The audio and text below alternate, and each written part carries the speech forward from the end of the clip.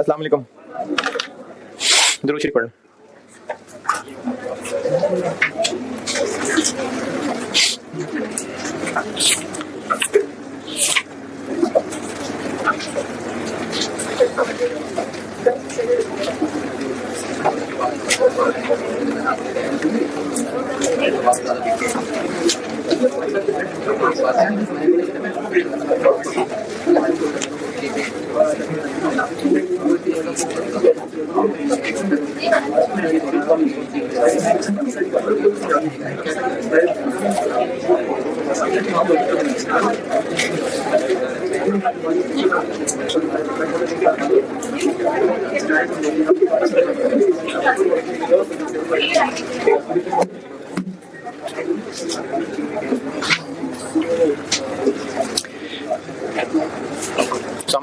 उसामा,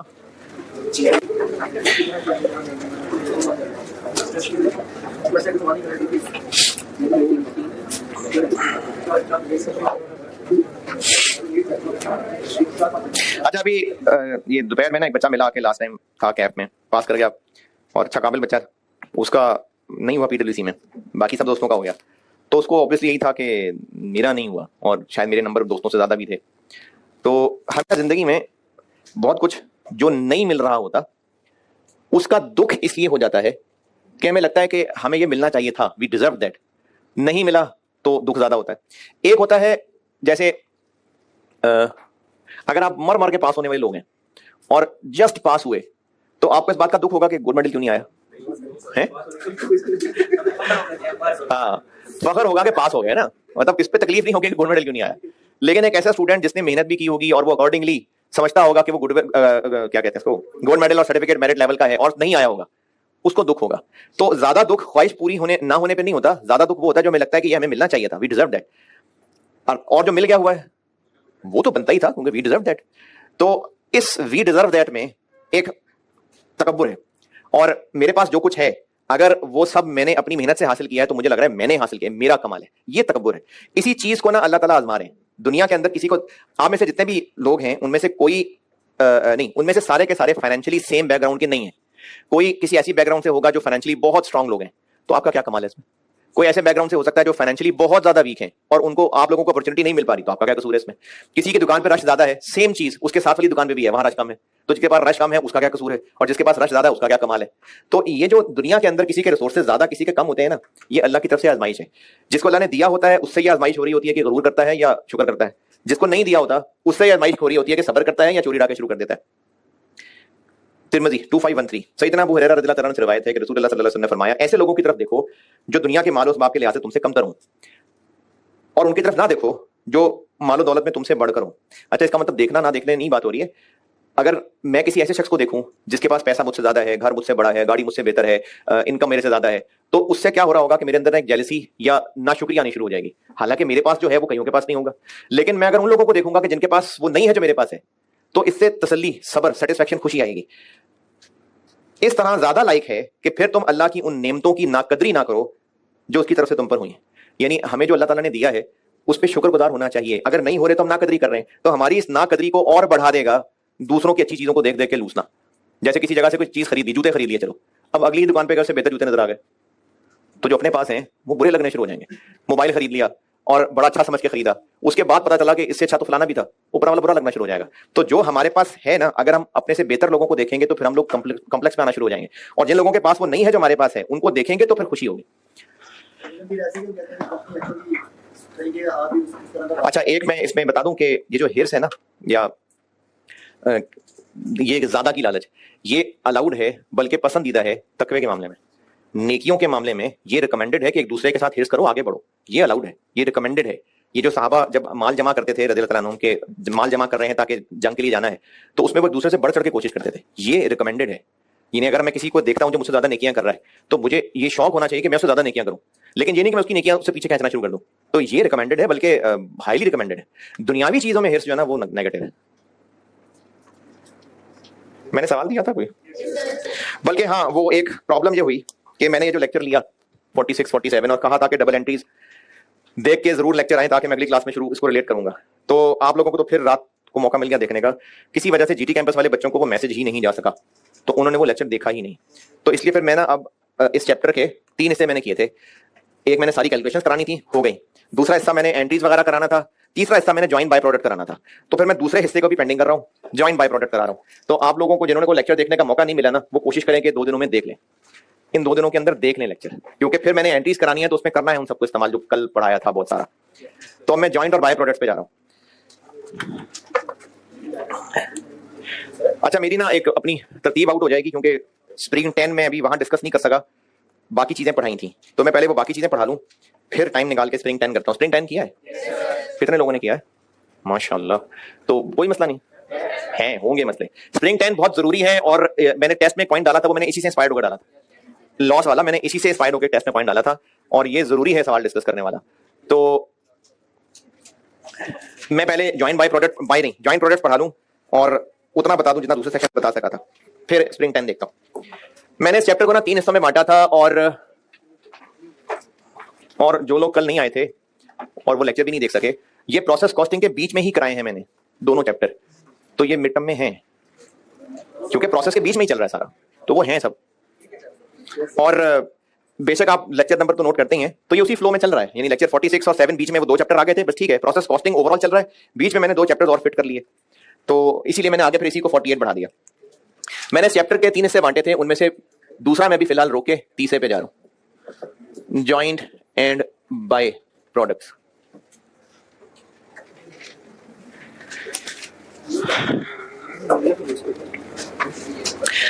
इसकी मिसाल ऐसी है। अच्छा, ना मेरी ऑयल रिफाइनरी है ना आपकी है। हाँ, अगर कोई चीता चीती किस्म का केमिस्ट्री वाला है वो इसमें ऐड करना चाहे तो कर दें। प्रोसेस 1 में इनपुट हुआ क्रूड ऑयल, ये रॉ मटेरियल था। अब इससे क्या क्या बन जाता है? पेट्रोल बन जाता है, अच्छा जी, और डीजल बन जाता है, केरोसिन, स्पेलिंग क्या होती है? KEROS। चलो जो मर्जी लिखे, खैर है, कौन सा इंग्लिश का पेपर हो रहा है। केरोसिन, और क्या बन जाता है? मट्टी का तेल, वो यही नहीं होता? और कुछ निकाल लें, हैं? क्या निकाल लें? क्या? टार?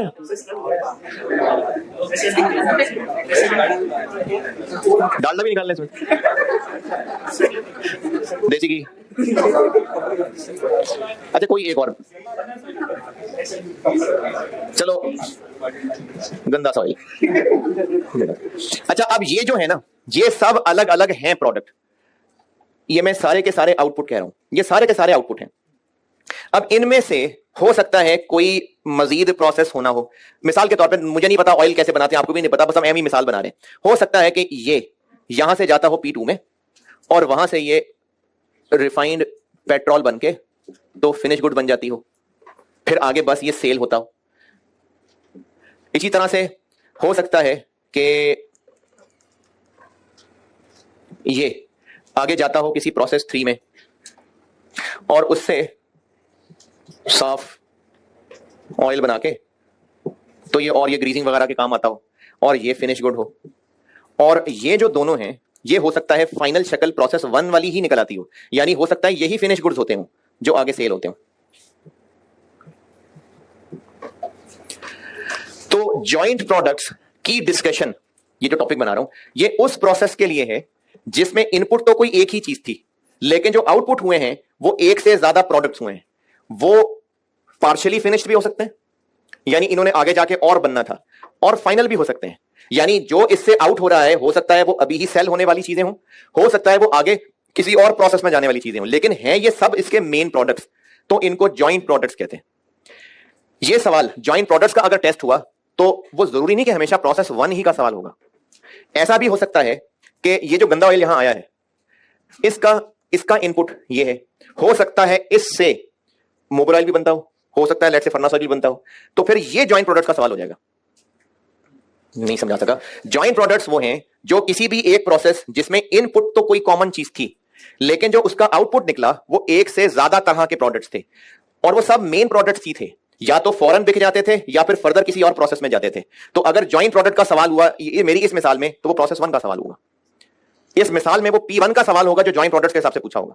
या अभी जो मैंने बात की थी, चलो वो भी लिख ही देता हूं। चले, ये गंदा ऑयल यहां आया और यहां से जो आउटपुट निकला वो मोबाइल भी निकला और ग्रीस निकाल लेते हैं। चले, पता नहीं स्पेलिंग क्या होती है, ASE। तो इस प्रोसेस में भी एक ही तरह की चीज इन हुई थी और उससे जो आउटपुट निकला वो एक से ज्यादा तरह की चीजें निकली। तो इस मिसाल के अंदर अगर आपसे सवाल जॉइंट प्रोडक्ट्स का पूछना हुआ, वो इस प्रोसेस 1 का भी हो सकता है और प्रोसेस 3 का भी हो सकता है। यानी जॉइंट प्रोडक्ट का सवाल वो वाला प्रोसेस का सवाल पूछा होगा जिसका इनपुट कोई एक कॉमन सी चीज थी, लेकिन जो आउटपुट निकले वो एक से ज्यादा तरह के प्रोडक्ट्स थे। फिनिश्ड भी हो सकते हैं, पार्शली फिनिश्ड भी हो सकते हैं। यानी जो आउटपुट निकल रहा है वो बिल्कुल सेलेबल चीज भी हो सकती है और हो सकता है उसने आगे किसी और प्रोसेस में जाना हो। ये होते हैं जॉइंट प्रोडक्ट्स। मिसाल समझ आई या नहीं? है जी, सारा कुछ दोबारा? अच्छा जी, आपने क्या पूछा? नहीं, ये कैसे जॉइंट हो गया? इस प्रोसेस का एक इनपुट है, एक आउटपुट है। तो जॉइंट प्रोडक्ट्स वो हैं जो एक किसी भी प्रोसेस, चाहे वो P1 है चाहे वो P3 है, कोई भी हो सकता है, उस प्रोसेस का इनपुट कोई एक तरह की चीज थी और जो आउटपुट है वो एक से ज्यादा तरह की चीजें हैं। अच्छा, हो सकता है कि एक और मटेरियल भी इसमें डलता हो, तो मैं अपने अल्फाज चेंज कर लेता हूं कि इनपुट एक तरह की चीज थी। बेहतर अल्फाज ये हैं कि जॉइंट प्रोडक्ट्स वो हैं जो किसी भी प्रोसेस के आउटपुट एक से ज्यादा तरह के हों, उनको जॉइंट प्रोडक्ट कहते हैं। किसी भी प्रोसेस के अगर आउटपुट एक से ज्यादा तरह के प्रोडक्ट्स हैं तो वो जॉइंट प्रोडक्ट्स हैं। सवाल एग्जाम में टेस्ट किसी P1 का भी हो सकता है और किसी बाद वाले P का भी हो सकता है जी। इकट्ठे क्या किधर है, कौन है? हाँ जी, क्या मतलब इकट्ठे? यानी एक ही सवाल में दो प्रोसेसेस हो? बिल्कुल हो सकते हैं, 3 भी हो सकते हैं। सवाल लंबा हो जाएगा। अब या तो वो मुश्किलें कम वाला नंबर ज्यादा वाला सवाल होगा, फिर मुश्किलें कम होंगी उसके अंदर, क्योंकि अगर प्रोसेस भी 3 हो भी मुश्किलें बहुत ज्यादा, तो फिर वो जो स्प्रिंग 10 22 नंबर फिर उसके बनते हैं। तो इसलिए मल्टीपल प्रोसेस का बिल्कुल हो सकता है सवाल।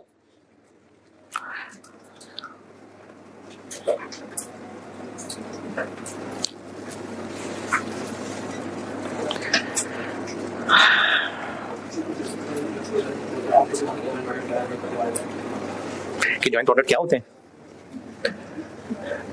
एक प्रोसेस का आउटपुट अगर एक से ज्यादा तरह की चीजें हैं तो वो जॉइंट प्रोडक्ट्स कहलाते हैं। चले, तेल नहीं कुछ और कर लेते हैं, और मिसाल ले लेते हैं। चले, मुर्गी ज़िबा कर लेते हैं। प्रोसेस 1 से ज़िबा है जी, प्रोसेस 1 में चिकन एंटर हो गया पूरा ज़िबा करके, खाल छाल उतार के। अब इसमें से वो जो मैंने वो उसकी वीडियो एक दिखाई थी, उसमें जो पहला वाला काम था जिसमें ये चिकन वो उस पर लटके हुए सब आ रहे थे, और फिर पहला काम ये हुआ था कि इसकी बोटियां 3-4 टुकड़ों में बांटी गई थी। यानी इसमें से इसके जो लेग पीस हैं वो अलग निकाले गए और इसके बोनलेस कह लेता हूं मैं, क्योंकि इसके नगेट्स उन्होंने बनाए थे। ये बोनलेस अलग किया गया और विंग्स अलग किए गए और इसके स्पेयर पार्ट्स अलग कर लिए। स्पेयर पार्ट्स ये दिल, कलेजी, पोटा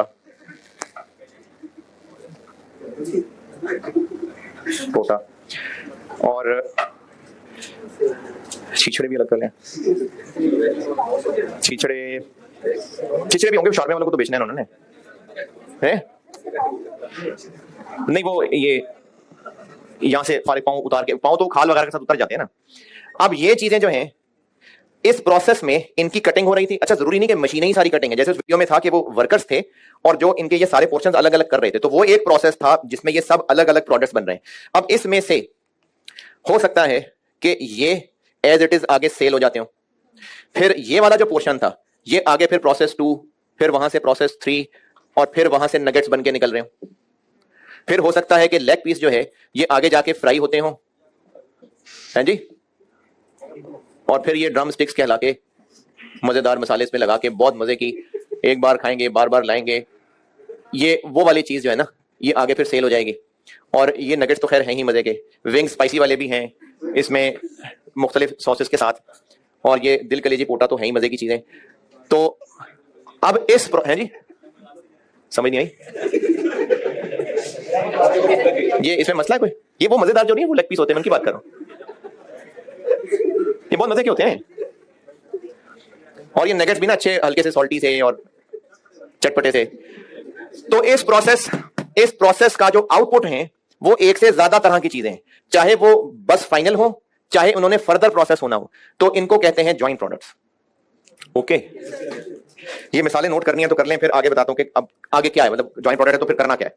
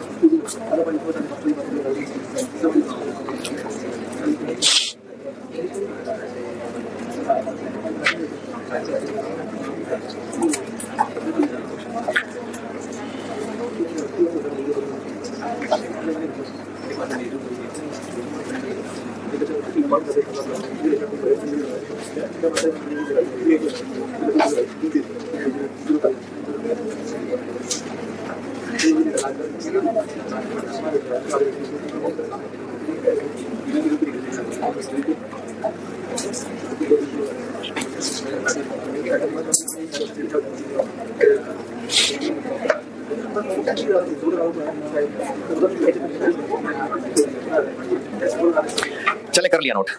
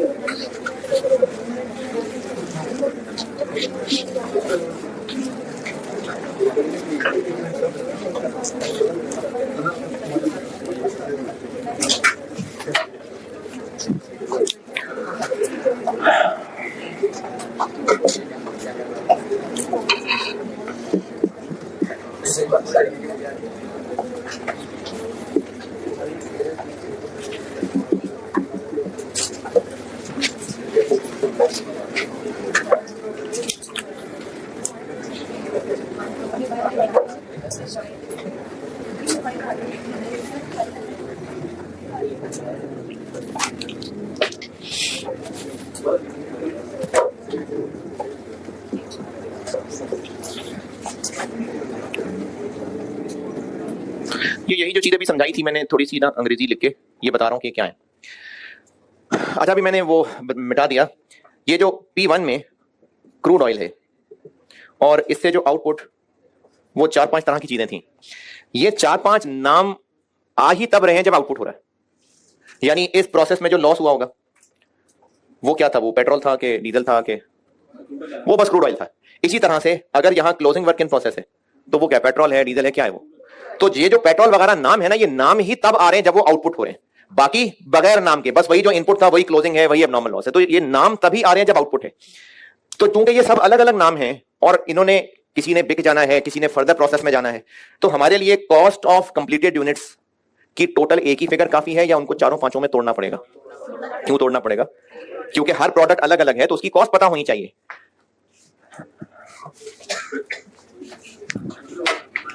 है जी, हाँ जी, हाँ नहीं, इस पे डबल एंट्रीज कराते हुए बात करूंगा। वो ये नहीं है, डैमेज प्रोडक्ट्स अगर बिकते हैं वो ये नहीं है, वो मैं डबल एंट्रीज कराते हुए बताऊंगा। तो अभी डैमेज नहीं कराते चीजें।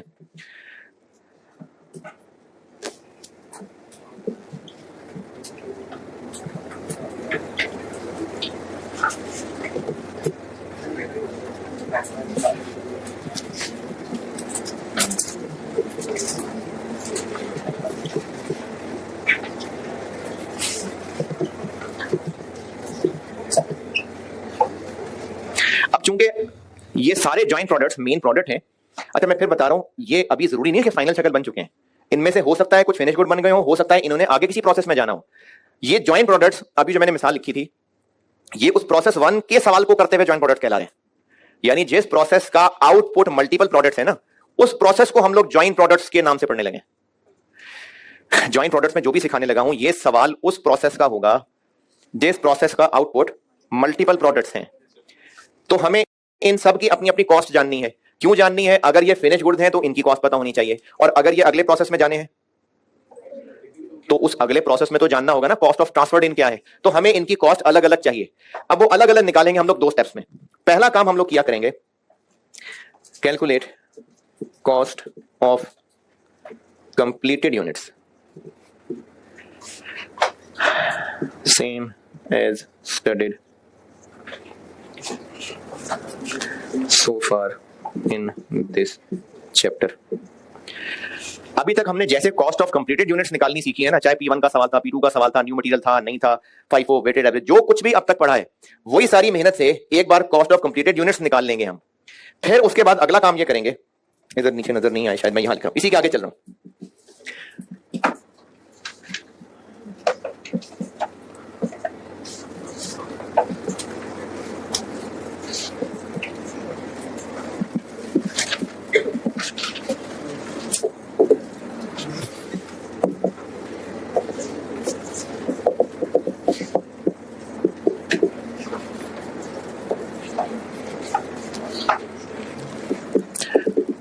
अब हमने कॉस्ट ऑफ कंप्लीटेड यूनिट्स को जब उन सब प्रोडक्ट्स में बांटना होगा तो किसी रेशो में बांटेंगे। वो जो रेशो है ना वो दो हो सकती है, या तो वो क्वांटिटी की रेशो हो सकती है या अमाउंट की रेशो हो सकती है। In ratio of total units produced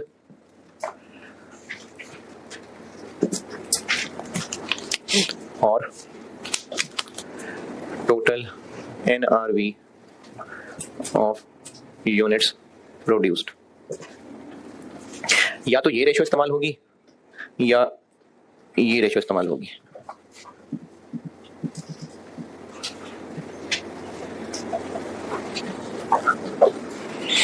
और इन दोनों में से प्रेफर्ड ये है।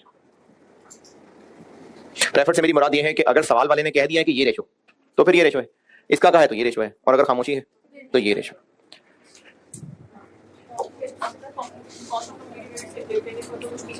जी जी बिल्कुल, जैसे हम कॉस्ट ऑफ कंप्लीटेड यूनिट्स निकालते थे ना, सब कुछ वैसे ही होगा।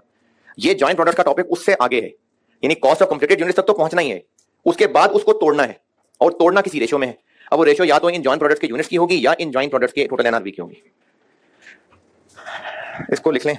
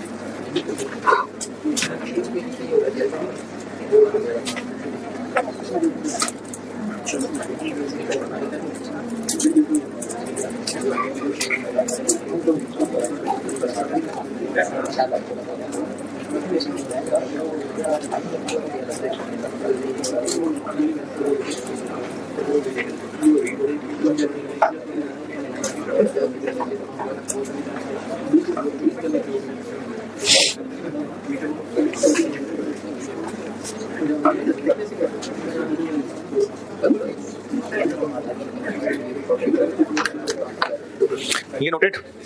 चलें फिर सवाल लिखें। है जी, क्या हो गया? सवाल लिखें भी।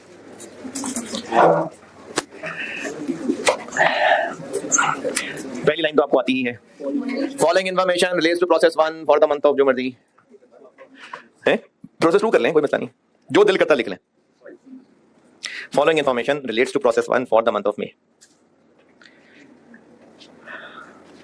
अच्छा, अभी ना मैं आपको चूंकि ये स्टेप 2 सिखाने लगा हूं, तो ये तो बचपन से करते ही आ रहे हैं, तो अभी फिलहाल मैं आपको उसकी प्रैक्टिस कराऊंगा पहले, फिर फुल फ्लैग सवालों पे भी चलेंगे। तो अभी मैं आपको कॉस्ट ऑफ कंप्लीटेड यूनिट्स खुद दे रहा हूं, तो इसमें लिखें cost of completed units, cost of completed units 15 lakh, 1.5 million, 1.5 million. और आउटपुट, आउटपुट में ए के प्रोडक्ट ए 3000 यूनिट्स और प्रोडक्ट बी 5000 यूनिट्स। दो हैं आउटपुट, ए है 3000 यूनिट्स और बी है 5000 यूनिट्स, यानी ये दोनों जॉइंट प्रोडक्ट्स हैं। रिक्वायर्ड है नंबर 1, जी जी क्यों? तो मैंने बता दिया ना 15 लाख, बस नहीं तो कैलकुलेट कर लेते हैं, लिखें opening work in process sir. लेकिन required number 1, allocate joint cost between A and B, allocate joint cost between A and B। और number 2, compute cost per unit for A and B, compute cost per unit for A and B. अच्छा, अगर ये ए में ना भी लिखता, सिर्फ B ही होता, तो भी पहले 15 लाख के 2 टुकड़े करेंगे तो पर यूनिट बनाएंगे ना।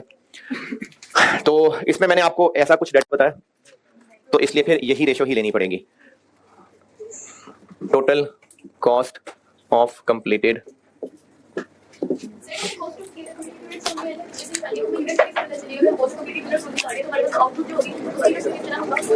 8,000, आउटपुट 8,000 है, तो है तो टोटल 8,000 ना, क्वांटिटी तो 8,000 है। तो वो जो पहले हमने कॉस्ट ऑफ कंप्लीटेड यूनिट्स जैसे निकालते थे वैसे हमने आउटपुट 8,000 लेके किया होगा सवाल सॉल्व। अब जैसे कर लिया होगा उसके बाद उसको तोड़ रहे हैं, लेकिन ये जब इसका फुल फ्लैश सवाल कल करेंगे ना, फिर इस बात का जवाब खुद ही मिल जाएगा। अभी नहीं यकीन है आपको, मिल जाएगा जवाब इसका जब मैं कल सॉल्व करूंगा। कॉस्ट ऑफ कंप्लीटेड यूनिट्स मैंने दी हुई है 15 लाख।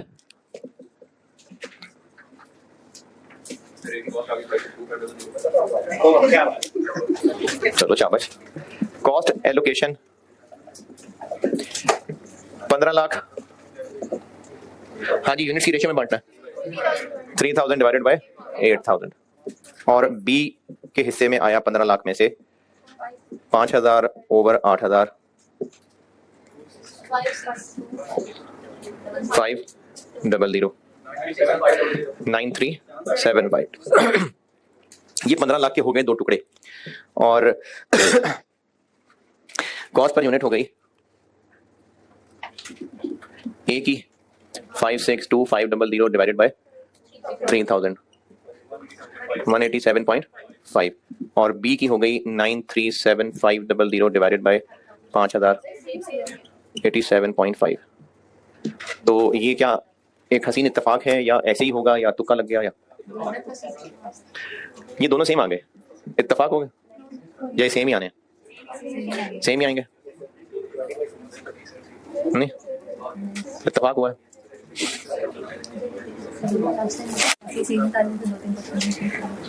ये इत्तेफाक नहीं है, ये सेम ही आने। क्यों सेम आने?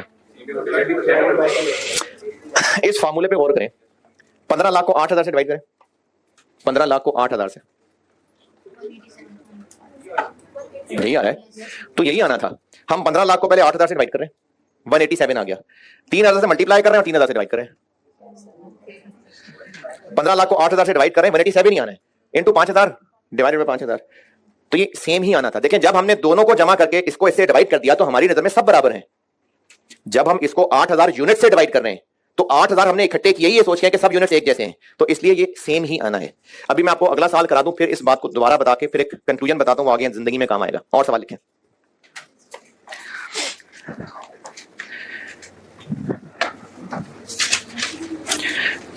Following information relates to process 1 for the month of May. जून कर लें, जो मर्जी कर लें, कर लें भाई, कर लें, नोट कर लें।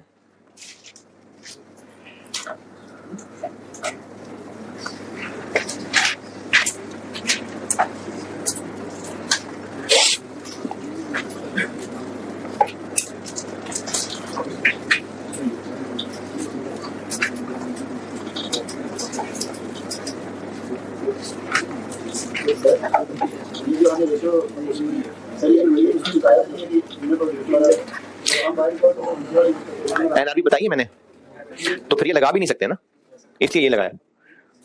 इस सवाल में मैंने तो एनआरबी बताई नहीं ना, तो फिर आप नहीं लगा सकते ये। हैं जी, किधर है, कौन है, क्या हुआ? जो भी कराने लगाऊं? हाँ,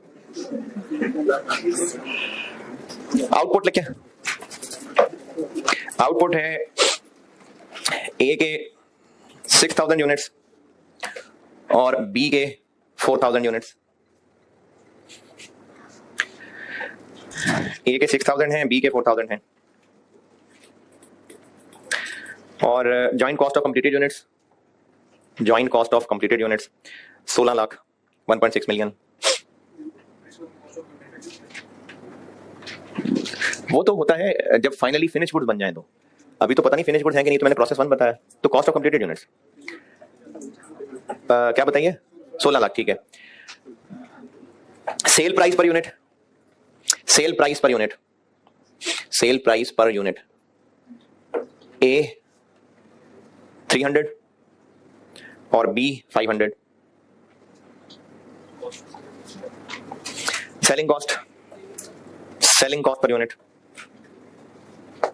5 रुपए 10 रुपए, ए की 5 बी की 10। वैल्यू रिपीट कर रहा हूं मैंने, सेल प्राइस बताई है ए की 300 और बी की बताई है 500 और सेलिंग कॉस्ट ए की बताई है 5 और बी की बताई है 10 और सेम रिक्वायरमेंट है और मुझसे रिक्वायर्ड है।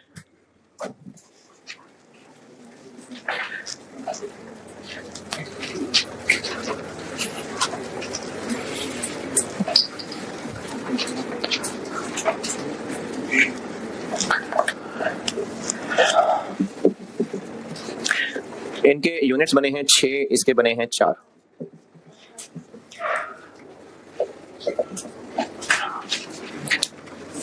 अच्छा, ये दोनों की पर यूनिट कॉस्ट 187 निकली है।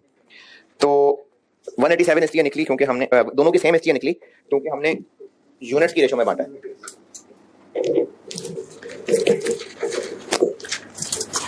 जरूरी है दोनों की सेल प्राइस भी सेम होंगे? नहीं, हो सकता है कि ये सेल होता हो 430 का, हो सकता है ये सेल होता हो 200 का। तो दोनों को बराबर कॉस्ट एक जैसी बांट देना फेयर नहीं है। अच्छा, बन ये एक कॉमन प्रोसेस से रहे हैं, उस प्रोसेस में खर्चे भी कॉमन हो रहे हैं, वो तो हमने इनको बस बांटना है, वरना ये खर्चे तो कॉमन हुए हैं। तो ये फेयर है दोनों को एक जैसा कह देना? क्यों नहीं फेयर? जो ज्यादा कमा के दे रहा है, जो ज्यादा महंगा बिक रहा है, फेयर ये है कि कॉस्ट भी उसी की ज्यादा मानी जाए। तो इसलिए यूनिट्स वाला जो मेथड है ना, वो अच्छा मेथड नहीं है। यूनिट्स की रेशो अच्छी रेशो नहीं है। क्यों लगाई थी इस सवाल में? क्योंकि ये गिवन नहीं था। और चलो कंपनी की मर्जी, वो यूनिट्स को बेस बनाना चाहे तो उनकी मर्जी है, अदरवाइज ये मेथड इतना अच्छा नहीं है। ये मेथड इसलिए अच्छा है कि जो ज्यादा कमा के देगा, ज्यादा कॉस्ट उसी को उसको जो ज्यादा कमा के देगा उसको ज्यादा कॉस्ट एलोकेट होगी। तो ए का 1 यूनिट कितने का बिकेगा? 300 का, लेकिन 5 खर्च करेंगे तो 300 का बिकेगा। ये ए कितने का बिकेगा? 500 का, लेकिन 10 खर्च करेंगे तो 500 का बिकेगा। तो ये कितने पैसे टोटल ला देगा? कौन सा? ये वाला 1770000, ये 600000, 37300000। तो अब हम लोग ना 15 लाख को नहीं, 16 लाख को इसकी रेशो में नहीं, इसकी रेशो में बांटेंगे कि जो जितने ज्यादा कमा के देगा उसका ज्यादा कॉस्ट में हिस्सा होना चाहिए। तो ये जो हमने टोटल एनआरबी निकाल ली, इसकी बेसिस पे अब हम कॉस्ट एलोकेशन करेंगे। एक हिस्से में आ जाएगा 16 लाख में से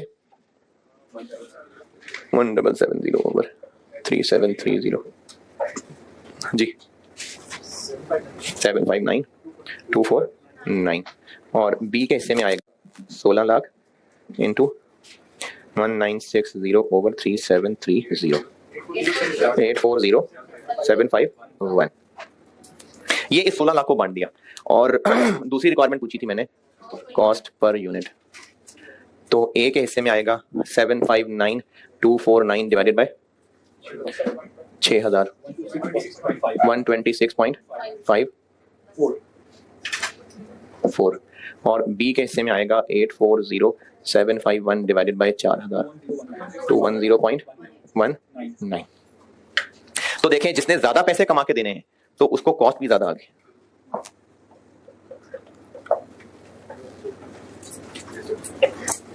जाग रहे हैं? आंखों से जागना और दिमाग से जागना दो अलग अलग चीजें हैं।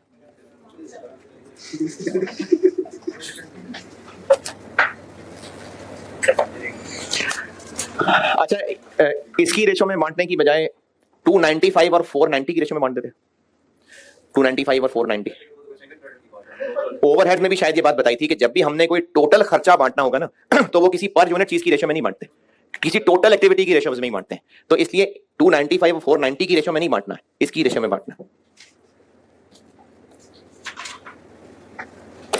अच्छा, ये जो आंसर निकला ये रुपीस में आया कि रुपीस इन थाउजेंड में आया? ये रुपीस में आया। मैंने तो ये रुपीस इन थाउजेंड यूज किए हैं। Common sense. अच्छा, ये मैंने रुपीस इन थाउजेंड नहीं यूज किए। हाँ, ये रुपीस इन थाउजेंड यूज किया मैंने। तो आंसर किस में आ रहा? रुपीस में कि रुपीस इन थाउजेंड में? ये सिर्फ रेशो इस्तेमाल हो रही है, हम बांट इसको रहे हैं। ये रुपीज है तो आंसर भी रुपीज में आएगा।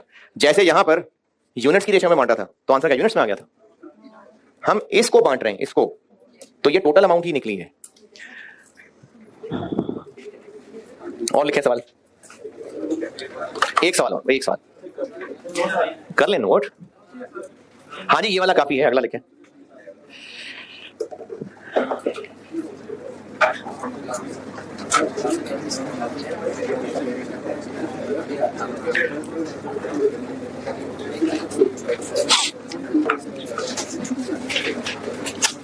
उसामा बॉस, हाँ जी इतने में नोट कर लिया होगा। और सवाल लिखे, यूनिट्स भी सेम कर लें और 16 लाख भी वही सेम कर लें, वही सारा फॉलोइंग इन्फॉर्मेशन, और यूनिट्स भी वही 6000 4000 कर लें, और joint cost of computed units भी 16 लाख। सेल प्राइस वगैरह चेंज करने लगाओ।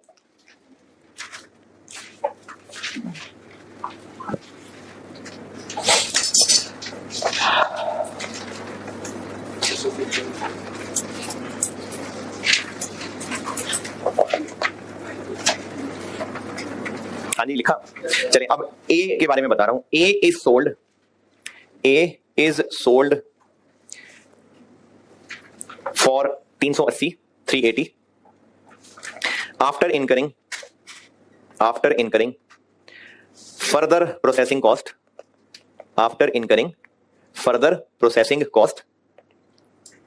Of 40 and selling cost of 10। इसका मतलब यह है कि प्रोसेस 1 से ए के बन गए 6000 यूनिट्स, लेकिन जब बिकने की कंडीशन में नहीं है, यहां से ये ए चला जाता है प्रोसेस 2 में, वहां पे 40 रुपए और खर्च होते हैं, फिर कहीं जाके 380 का बिकता है। अभी हम प्रोसेस 1 में खड़े हैं, अभी प्रोसेस 2 हुआ नहीं है, लेकिन वैसे ही हमारी कैलकुलेशन है कि होगा तो इतना को खर्चा तो हो ही जाएगा। एनआरबी क्या होती है? Net reliable value. अरे आपको याद था ये, एनआरबी नेट रिलायबल वैल्यू होती क्या है? सेल प्राइस माइनस वो सारा खर्चा जो हो चुका, जो होगा। तो अभी हम यहां खड़े हैं, ये खर्च होगा 5 रुपए खर्च होगा तो 380 का बिकेगा।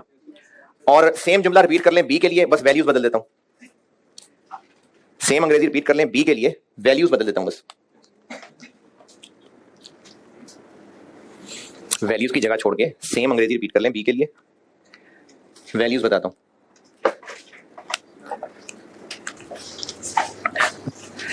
सेल प्राइस 425 और फर्दर प्रोसेसिंग कॉस्ट 130 और सेलिंग कॉस्ट 5 रुपए, 5 रुपीज। रिक्वायरमेंट सेम है।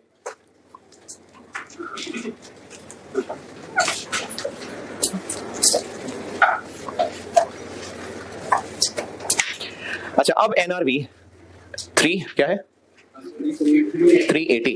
लेकिन 380 का तब बिकेगा जब इस पे हम 40 और लगाएंगे और फिर 10 और खर्च करेंगे तो इतने का बिकेगा। तो एनआरवी होती है कि जितने का बिकेगा माइनस जो जो खर्चा होगा। ये भी हुआ नहीं है, अभी तो प्रोसेस 1 एंड हुआ है, ये हम सब एस्टिमेट कर रहे हैं कि ये होगा। इसी तरह ये 425 का बिकेगा, लेकिन पहले 130 लगा के इसको बेहतर करेंगे, फिर 5 लगा के बेचेंगे, तब जाके 425 का बिकेगा। तो एनआरवी बन जाएगी 19 और ये 1160 000 3 140 000। तो कॉन्सेप्ट अभी भी वही है कि जो नेट ज्यादा कमा के देगा उसको ज्यादा कॉस्ट एलोकेट होनी चाहिए। अब देखें ये बेशक महंगा बिकेगा, लेकिन इतना और खर्चा कराएगा तो महंगा बिकेगा। तो इसलिए प्रोसेस 1 में ज्यादा हमने इसको कॉस्ट मान दी, क्योंकि ये ज्यादा कमा के दे रहा है। तो 1980 डिवाइडेड बाय 3140 और 1160 डिवाइडेड बाय 3140। चलें बाकी तो कर ही लेंगे। ठीक है जी, अल्लाह हाफिज।